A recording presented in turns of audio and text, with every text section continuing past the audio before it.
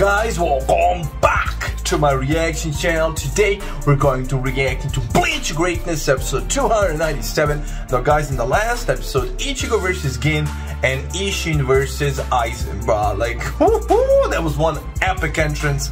And now Ichigo finally knows that his dad is also Soul Reaper. So yeah, they need to survive this in order to have the talk, because they do have a lot to discuss about. And apparently all the captains, all the Soul Reapers, everybody's down. But Aizen one-shotted all of them, all the Visors, everybody, old man Yama. And now these are the ones like Ichigo. Urahara is still somewhere over there. I hope she's healing everybody, and at some point everybody's gonna come back. Because if not, the whole fate of the Soul Society and the world of the living, and right, even the Hollow Universe, Wako Mundo, like all of their destiny is in Ishin's and Ichigo's hands, bro. And that is not good. Damn, bro. Listen, that being said, I ain't gonna prolong this that much. If you enjoy my reactions, feel free to share, subscribe, like, leave a comment, ring the bell for notifications, guys. Follow me on Instagram, join my Discord server, and my Patreon page. Without further ado, man, let's jump right into this reaction. Oh, let's go. Bleach 297. Yeah, that's Ishin sending Aizen flying.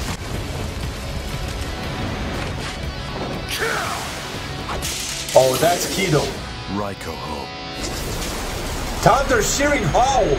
It's been a while, my young friend. Sorry, pal, but I don't remember. Nice try, but you're a liar. Hold on, was that supposed to be an insult? Whenever I face someone in battle, I have some idea what they're thinking. During the battles, I can usually tell why they're really fighting, what they want out of me. I've come to realize that the stronger my opponent is, the easier it is for me to understand their heart. Yeah, but so far all his opponents were warriors, like real hard hitters, right? And it was pretty much obvious what they wanted. While Gin is a bit sus, bro. My man is sinister as hell, with those eyes constantly closed and him just spectating, right? Even before, Aizen was like, you've been watching for a while now, Gin, because Gin saw all of them coming, and still he let them jump Aizen. He did not even try to help, bro. I'm telling you, Gin is gonna be the masked man behind all of this, just like Toby was in Shippuden. Like, right? Because he's kind of like, he gives me psycho vibes, but at the same time, he's calm and he's just smirking like he knows something we don't, right? So, this is gonna be deeper than we think. Well, my friend, you're quite the poet, aren't you? Don't change the subject. Despite how much I try to read you, almost nothing comes through, even in the midst of the fight. You weren't completely engaged. You're actually kind of creepy. I don't think you should be calling anybody Facts! Fascinating. You throw everything back at your opponent. I see why Captain Aizen is interested in you. Do you have any idea how far this blade can extend in Bankai? Can't say I do, but I didn't come here for a quiz. You mean you're not even going to venture a guess? That's really a shame. How boring. It's actually very interesting considering he has such a short blade, right? When in ordinary form, but apparently when he goes Bankai, which we already saw, I don't know, like that was Hishikai against Ichigo the first time with that giant, right? He extended his sword, he didn't go Bankai, but now he's gonna go Bankai. I think at the ending of the last episode, my editor, like, edited the episode for him to say Bankai, so I'm assuming he's about to go Bankai. And he's insinuating that it's gonna be very long, right? Which, okay. Well, I'm going to tell you anyway, and I'll explain it in measurements you can understand. It can extend to 13 kilometers. Damn. All 13 kilometers of it. Okay, before he goes Bankai or wherever, 13 kilometers? How is that useful in a fight? Imagine extending your sword 13 kilometers. Can he wield it in a way to cut out the entire country, bro? Like, how are you gonna wield that sword, bro? Yeah, Bankai. God-killing spear. Oh, he's cutting everything along the way. Yeah, how does that work? How are you gonna wield that? The more time I spend with you, the creepier you get. Yo, that chest though. Can't say I didn't miss it. Can she sense him? Yeah, they had a connection, didn't they? I'd better deal with you while I'm still able. Otherwise, things may get troublesome. When did his blade suddenly shrink back down? Yeah. I never took my attention away from his sword. Yeah, I think he's gonna be able to completely control the length of his sword. Whenever he needs it to be shorter, it's shorter automatically. When he needs it to be 13 kilometers, it's automatically 13 kilometers. So that's gonna be the trick with it. There's no way I wouldn't have seen that huge blade contract.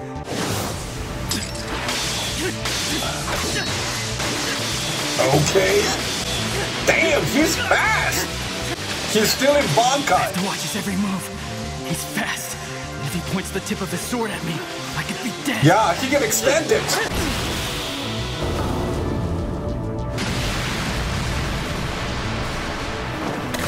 Yeah, that is troublesome. Okay, now I'm starting to get how it works. So he can exchange blows between a normal sword length, but he's still in Bankai. So if he like points the tip of his sword towards your elbow or shoulder, he can extend it and he cuts everything in his raw. Okay. That's not good. He just nicked him and damn, like, okay. Now I'm completely getting it now. He's vulnerable up close. The most frightening thing about your Bankai is not its length, and it's not its destructive force either. Okay. It's the speed you're able to contract. Not bad. He figured out my strategy for my first attack, and was able to apply that knowledge to dodge my second attack. That's frightening. And the chances are he'll improve as the battle goes on. True, but then again, we've seen before that Gin is smart as hell. So I'm not like... Ichigo's gonna have a hard time fighting him. Also, why did he even say anything in the first place? Like, the best approach to this battle would have been if Gin just went in and not say anything and just catch him off guard by spearing through him when the point of his blade is pointed at Ichigo. But he warned him in a sense. Of course, he wanted to, throw him off guard by keeping him thinking that it can only extend and not contract, but it's I don't know. I think he could have approached this better. Also, them showing us Rangiku. Yeah, they did explain in the past that she kind of had some connection to Gin. They were friends or something, right? So yeah, they seem to have that connection, just like Shuhei with Tosen. But he's still got a long way to go. Yeah. The truth of the matter is, Kamishi ni no Yari isn't the longest Sanpokto, but it is the fastest Sanpokto. Oh. Now that you know that, you realize you have no chance of winning. So you're telling me there's somebody out there who can extend their sword beyond 30 kilometers? Bro, what the hell? So this is, like, his whole sword is to throw you off. Like, you think, oh, that's the longest sword. No, it's the fastest. What? So, his long range, right? Like, his sword is long range. He can pretty much snipe you with his sword. If it's that fast, he can just get you in his sight, and he can use, like, extend, and he can pierce you. He can probably take out Ishin from that distance, like, right? Gin is troubled. What's wrong, Aizen? I may have actually reached my limit. My limit as a soul reaper, that is. Oh. My soul is about to be restructured. It's beginning to understand my thoughts. Bro, what? Didn't he just say he's not gonna holofy? Come on. Ignore the attacks where he's swinging his sword and pay attention when he makes a thrust. I'll point that blade at you.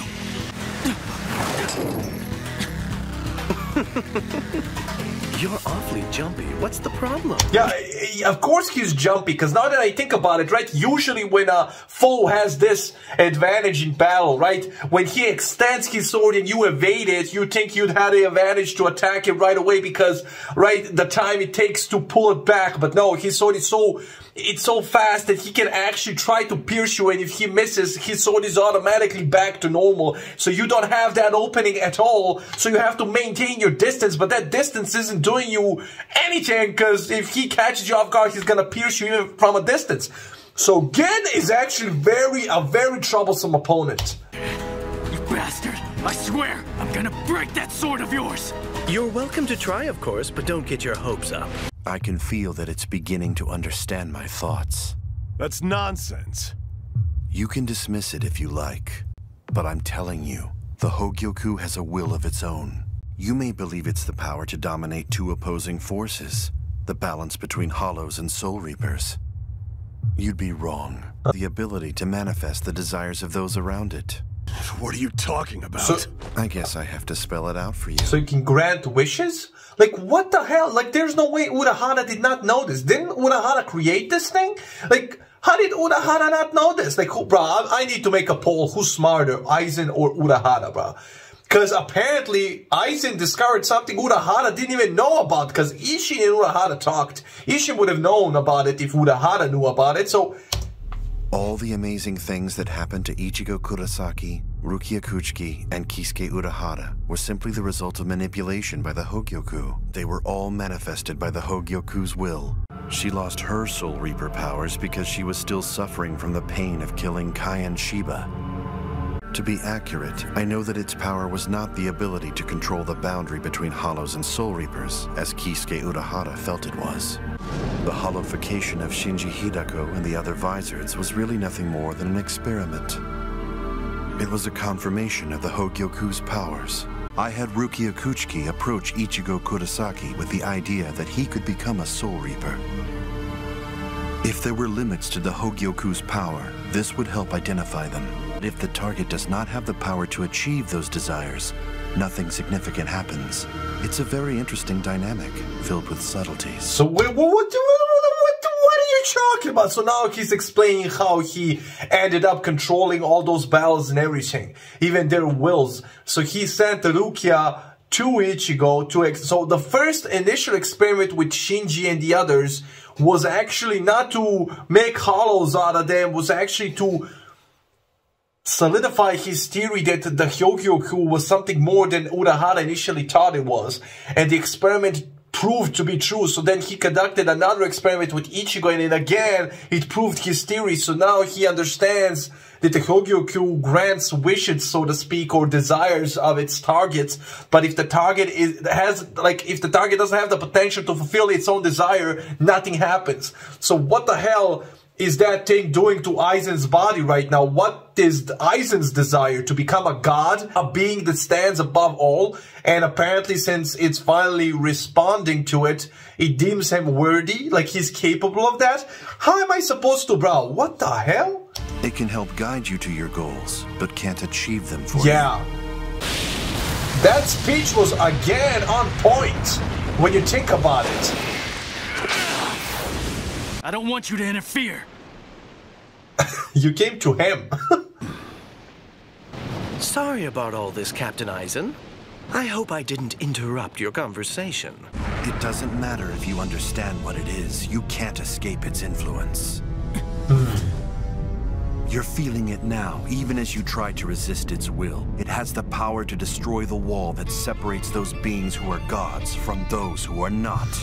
See? Urahara! Kisuke Urahara. Oh, yeah. I said it. We need him. I said it. We need Urahara, Isshin, and Uryu's dad, bro. If Uryu's dad comes along as well, bro, and I hit the trifecta, I'm the G, bro. You need to congratulate me in the comments. But yeah, Urahara's here. The creator of the Hogyoku apparently did not know the extent of its power, but now Aizen does. And I don't know what it's doing to him, but he seems like he's transforming or something. Yeah, this is not gonna end well. And his speech that he just delivered here about the Hogyoku, it's actually very interesting and on point when you think about it, because again, it's talking about godly things, achieving power beyond God and all that, right? And in real life, this can be applicable in real life as well, because he said it can guide you to your potential, but it can't reach that potential on its own. Like, you have to do it for yourself. And it's very interesting because it does kind of coincides with our God or our belief system as well. Because most people pray to God and to a higher power, saying, please make me rich, please do this, please do that. But then they expect it to fall from a tree, right? To just wake up one day and they're rich. But it doesn't really work like that, right? You need to put in the work. you need to put yourself in the best position possible for that supreme power to grant you that wish. So if you want money, you need to work day and night towards that goal, and then maybe a higher power is gonna give you a bit of luck to make it happen. It's not just gonna make it happen, so that can be applicable to what Aizen said, right? The Hokyoku like fulfills your desires, but it can't fulfill them for you. You need to work on it. And when it sees that you're worthy of it, it grants you that wish, grants you that power, grants you whatever desire you deem worthy of. So that's actually very interesting, right? As he was talking, I was thinking about that concept in my head.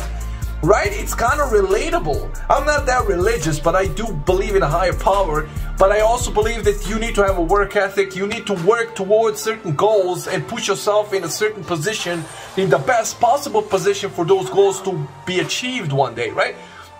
And right, so I don't pray for my problems to be solved. I solve my problems, right? You need to work on your problems. You can't just, right, beg somebody for help. So that's actually interesting. That's actually well said. Well said. Let me just watch this end credit scene, and then we're gonna finish it up. Let's go. Your on-car encyclopedia. Today I'm going to discuss how my Bankai works. Kamishin no Yari is able to extend its blade up to 13 kilometers. That's crazy. You know, such a giant number is really meaningless to most people. If I forget something, I can retrieve it as long as it's within 13 kilometers of where I'm standing. That's hilarious. How convenient for you. That's hilarious. But yeah, that's a convenient power, especially since it's the fastest sword. It's not the longest sword. He can actually wield it pretty damn easily, right? Because in the beginning, as he was explaining, I thought he was weak. Like, that's not useful in a battle. But hell no, bro, it is useful. Gin is a problem. And now father and son are back to back against Gin and Aizen. Aizen is transforming, but Urahara himself came in. And yeah, I am very curious who's smarter, Urahara or Aizen. Because it seems like Urahara's probably smarter, but Aizen's more calculated, right? Because he conducted those experiments on a larger course of time, right? Longer course of time. So yeah, he got to a conclusion, to a better conclusion than Urahara, but it took him more time, right? So I don't know. Tell me in the comments what you think, but this was an interesting episode again. Again, an interesting episode, and again, it feels like a setup for what's to come, because they still haven't started fighting for real. Because both Ichigo and his dad haven't went full power. Because he has his Vastolode state. But then again, can he even enter that willingly without losing control over his body? I guess not. But also, his dad didn't go Bankai yet, so yeah. That being said, guys, I ain't gonna pull on this that much. I really enjoyed this episode. Hope you enjoyed the reaction. And I'll see you on the next one. Stay safe. Love you. Enjoy. And bye.